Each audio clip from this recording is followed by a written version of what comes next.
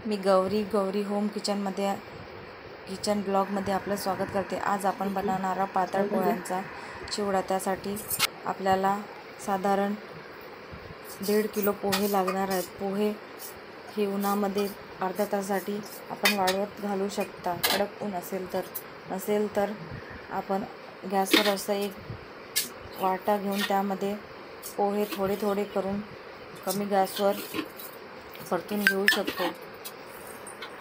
पोहे हे नेहमी कमी गॅसवरच तळावे, नाहीतर ते खालून लागू शकतात। पोहे भाजताना 2 चमचे घेऊन असे पोहे खालीवर करून चांगल्या प्रकारे भाजून घ्यावे। अशा प्रकारे मी पोहे भाजून घेतलेले आहे। त्यानंतर आपल्याला चिवडा मसाला तयार करून घ्यायचा आहे। त्यासाठी याचं साहित्य मी डिस्क्रिप्शन बॉक्समध्ये देणार आहे, ते आपण चांगल्या प्रकारे बघून घ्यावे। सगळा मसाला एका मिक्सरच्या भांड्यामध्ये आपण घालून घेऊया।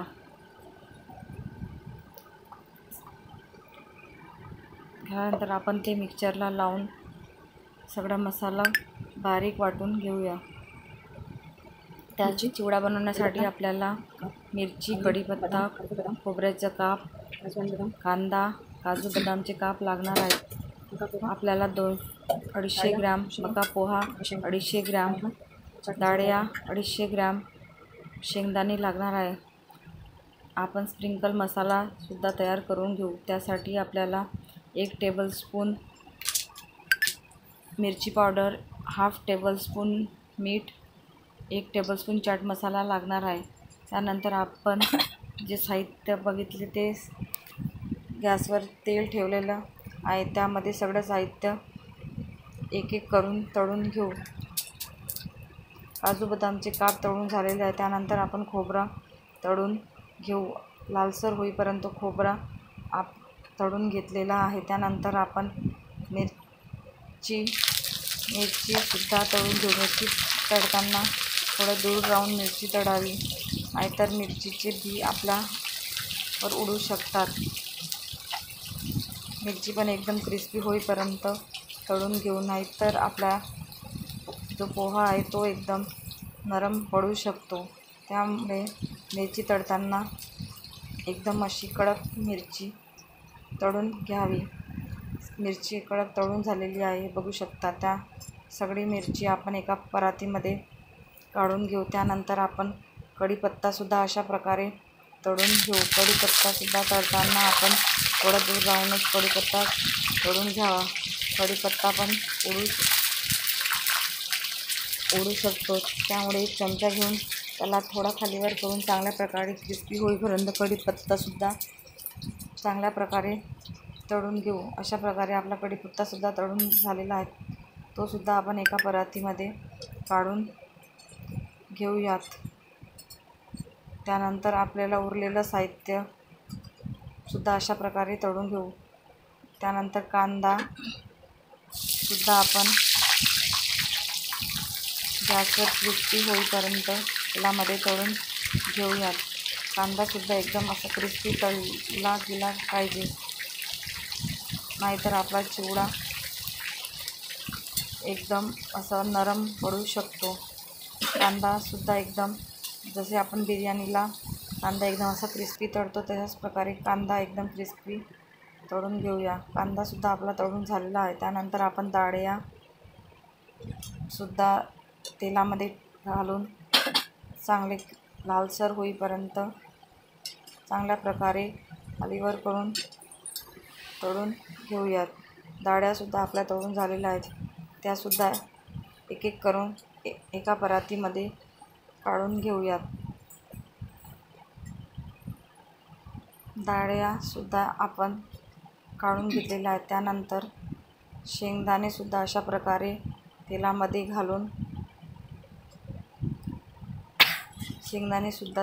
घालून आपण खालीवर करून चांगल्या प्रकारे लालसर होईपर्यंत शेंगदाणेसुद्धा चांगल्या प्रकारे तळून घेऊयात।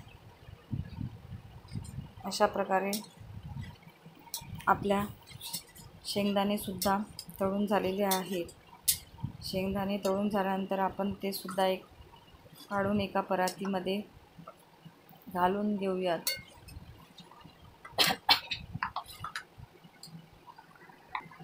तर आपले शेंगदाणे तयार झालेले आहे, तळून झालेले आहे. ते सुद्धा आपण सगळे शेंगदाणे तेलातून काढून एका परातीमध्ये ठेवूयात. त्यानंतर आपला मका पोहासुद्धा थोडा थोडा करून तळून घेऊयात.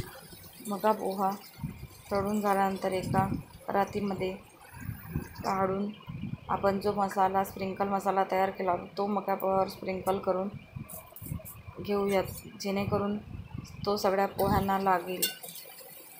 आणि जे चिवड्यामध्ये आपण मका पोहा घालणार आहोत तो सुद्धा एकदम क्रिस्पी असा तळून घेतला आहे. अशा प्रकारे आपला सगळं जिन्नस तळून घेतलेला आहे तो पोह्यांमध्ये मिक्स करून घेऊयात.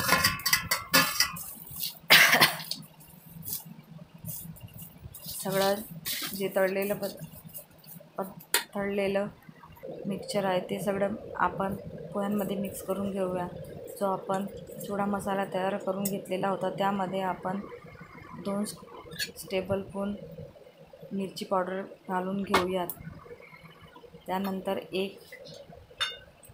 आपण तडका पॅन घेऊन साधारण त्यामध्ये 1 वाटी तेल घालून घेऊयात. तेल एकदम गरम नको, तेल एकदम कोमट साधारण गरम हवा. कारण तेल जर गरम असेल तर आपला जो मसाला आहे तो त्यामध्ये घालून जळू शकतो. त्यामुळे तेल हा एकदम साधारण गरम असायला हवा. जो आपण चिवडा मसाला तयार करून घेतलेला आहे तो त्यामध्ये घालून घेऊयात. घालून झाल्यानंतर तो एका चमच्याने चांगल्या प्रकारे मिक्स करून घेऊयात.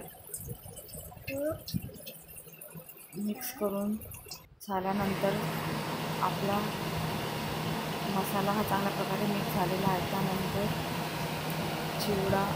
तो मसाला चिवड्यामध्ये घालून घेऊया. अशा प्रकारे आपला सगळा मसाला चिवड्यामध्ये घालून झालेला आहे.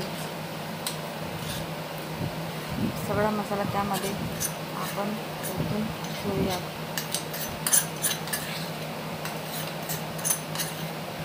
नंतर चिवडा मसाला त्यामध्ये पोह्यांमध्ये घालून घेतल्यानंतर सगळा मसाला चमच्याने पोहे खालीवर करून चांगल्या प्रकारे मिक्स करून घेऊया. सगळ्या जिन्नस आणि तेल थोडा गरम असल्यामुळे मसाला आपण चमच्याने खालीवर करून घेऊयात.